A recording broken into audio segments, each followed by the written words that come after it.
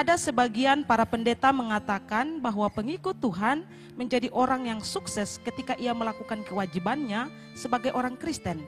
Tapi menurut saya, ketika saya baca Alkitab dan kitab Injil, Yesus tidak pernah berjanji kepada pengikutnya, jika engkau mengikut aku, maka engkau kaya. Ada pendeta sebagian mengatakan, engkau ikut Tuhan dan melakukan kewajibanmu, maka engkau kaya.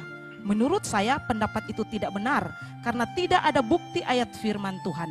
Baru saya percaya ada ayat firman Tuhan. Coba dijelaskan pertanyaan saya ini, apakah saya salah atau tidak?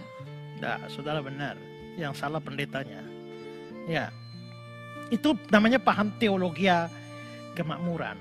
Teologi kemakmuran itu intinya jadi orang Kristen tuh kita bebas dari segala masalah, kita pasti sakit, pasti disembuhkan, kita bisa jadi kaya raya dan sebagainya. Itu ada pandangan-pandangan demikian.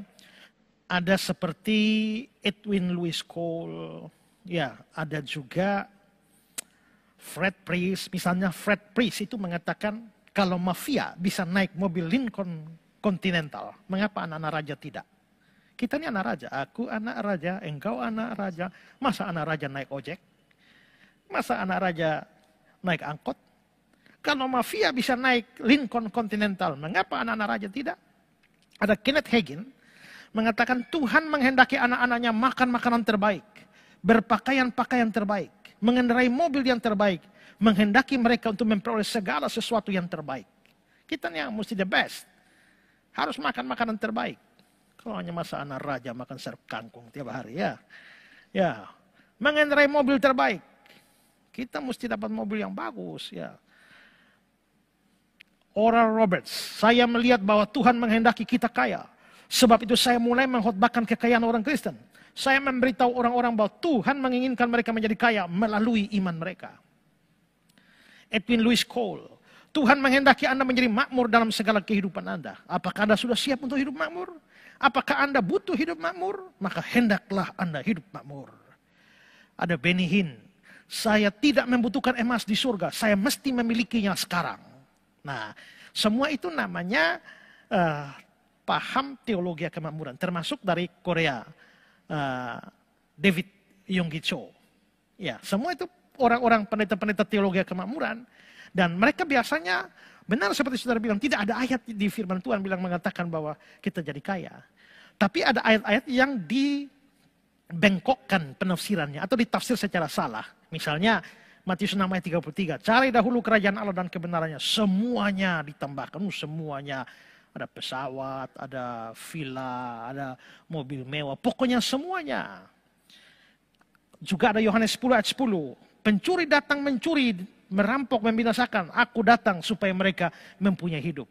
Hidup dalam kelimpahan. Aku datang supaya mereka mempunyai hidup. Hidup dalam kelimpahan, bukan kemiskinan. Juga lebih menyolok lagi 2 Korintus 8 ayat 9. Karena kamu telah mengenal kasih karunia Tuhan kita Yesus Kristus. Bahwa dia yang oleh karena kamu menjadi miskin, sekalipun dia kaya, supaya kamu menjadi kaya oleh karena kemiskinannya.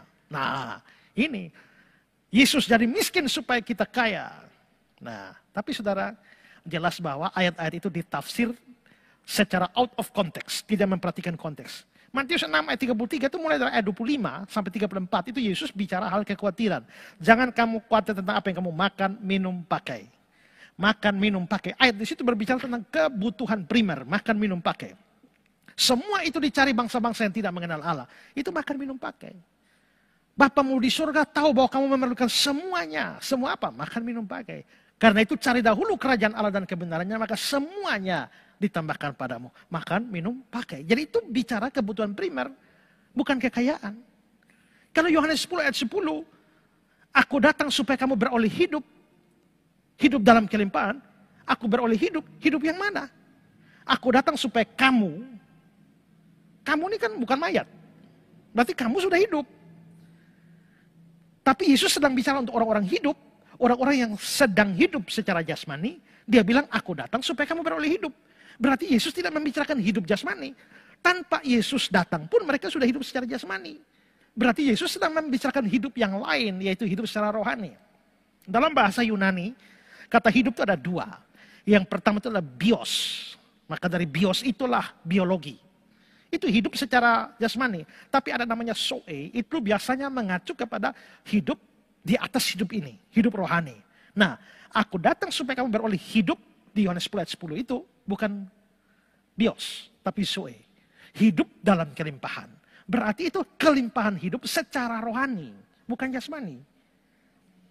Kalau 2 Korintus 8 ayat 9 itu ya. Dia sekalipun dia kaya, supaya kamu menjadi kaya oleh karena kemiskinannya, konteksnya bukan kaya jasmani.